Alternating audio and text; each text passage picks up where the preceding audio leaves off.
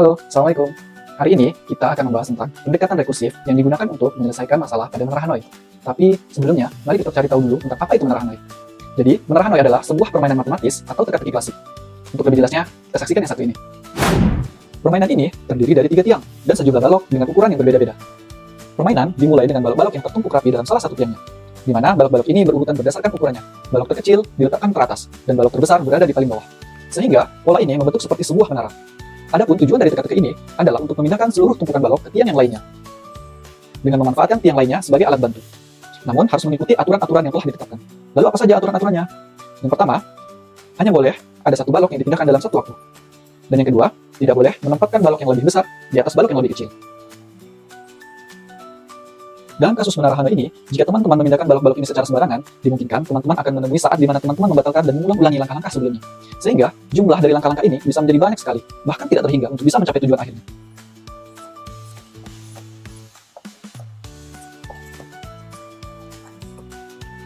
Lalu, bagaimana langkah-langkah optimal dalam memecahkan masalah pada menara Hanoi ini? Solusi dari masalah menara Hanoi ini adalah dengan pendekatan rekursif. Pendekatan ini mengikuti pola tertentu, sehingga memastikan setiap balok dipindahkan kepada posisi yang benar dengan jumlah langkah yang paling minimum. Rekursi sendiri adalah sebuah konsep dasar dalam pemrograman, di mana fungsi dapat memanggil dirinya sendiri untuk menyelesaikan masalah. Dan kemudian, masalah-masalah tersebut akan dipecah menjadi sub-sub masalah yang lebih kecil. Dan fungsi ini akan terus-menerus memanggil dirinya sendiri hingga mencapai batas dasar. Untuk lebih mudahnya dalam memahami ini, saya akan menjelaskan bagaimana rekursi itu bekerja. Di sini, kita akan mencoba mendefinisikan fungsi yang bernama menara Hanoi, di mana N merupakan jumlah dari balok itu sendiri. Variabel asal adalah tiang di mana balok tersusun. Tujuan adalah tiang yang akan dituju. Bantu adalah tiang di mana tempat perantara dalam proses perpindahan balok.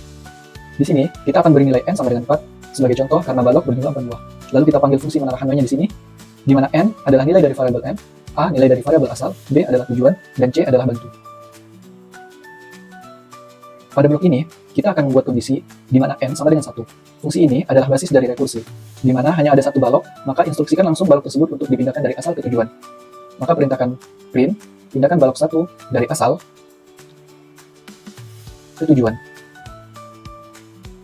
Permasalahannya adalah ketika kita memiliki jumlah N lebih dari 1, atau baloknya lebih dari 1. Dalam kasus ini, kita menggunakan 4 balok sebagai contoh. Maka, masalah ini perlu kita selesaikan dengan pendekatan rekursi.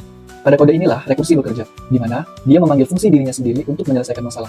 Namun, dengan memecahkan masalah menjadi sub-masalah. Kita panggil fungsi menara Hanoi, N-1, artinya, jika N tadi sama dengan 4, maka N dikurang 1 berarti adalah 3, di mana dari tiang asal dipindahkan ke tiang bantu, dan tiang tujuan sebagai tiang perantaranya. Dengan begitu, kode ini nantinya akan menghasilkan langkah-langkah dari 3 balok teratas yang akan dipindahkan dari tiang asal ke tiang bantu dengan tiang tujuan sebagai perantaranya. Sampai di sini, sub-masalah pertama teratasi. Selanjutnya, kita menemui sub-masalah yang kedua, di mana kita menemui basis rekursi. Karena hanya ada satu balok di tiang asal, dengan demikian, balok tersebut dapat langsung dipindahkan dari tiang asal ke tiang tujuan. Maka perintahkan print, pindahkan balok M dari asal ke tujuan. Dan sub-masalah 2 pun terselesaikan. Sub-masalah berikutnya adalah, terdapat 3 balok yang sebelumnya berada di tiang bantu. Maka, untuk menyelesaikan sub-masalah ini, kita butuh memindahkannya lagi ke tiang tujuan. Disinilah peran rekursi kembali digunakan, di mana fungsi menara Hanoi dipanggil kembali untuk menyelesaikan sub-masalah yang ketiga. Dengan begitu, kode ini menghasilkan langkah-langkah untuk 3 balok tadi yang akan dipindahkan dari tiang bantu ke tiang tujuan, dengan tiang asal sebagai perantaranya. Dan sub-masalah 3 pun terselesaikan. Jika kita run dari kode ini, maka akan menghasilkan keseluruhan langkah-langkah yang paling optimal. Kita akan menerapkan output dari kode ini. Langkah yang pertama, pindahkan balok 1 dari asal A ke tujuan C. Langkah kedua, pindahkan balok 2 dari asal A ke B. Yang ketiga, pindahkan balok 1 dari asal C ke B. Langkah keempat, pindahkan balok 3 dari asal A ke C. Langkah yang kelima, pindahkan balok 1 dari asal B ke A. Langkah keenam, pindahkan balok 2 dari B ke C. Langkah ketujuh, pindahkan balok 1 dari A ke C. Langkah ke-8, pindahkan balok 4 dari asal A ke B. Langkah ke-9, pindahkan balok 1 dari asal C ke B. Langkah ke-10, pindahkan balok 2 dari C ke A. Langkah ke-11, pindahkan balok 1 dari B ke A.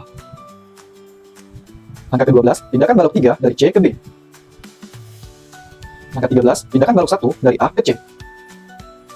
Langkah ke-14, pindahkan balok 2 dari A ke B. Dan langkah yang terakhir, pindahkan balok 1 dari C ke B. Dengan demikian, untuk menyelesaikan masalah pada menara Hanoi dengan 4 buah balok, diperlukan minimum 15 langkah untuk dapat memindahkan semua tumpukan balok ke tiang lainnya. Demikianlah yang dapat saya bagikan, semoga apa yang saya sampaikan dapat bermanfaat. Akhir kata, Assalamualaikum.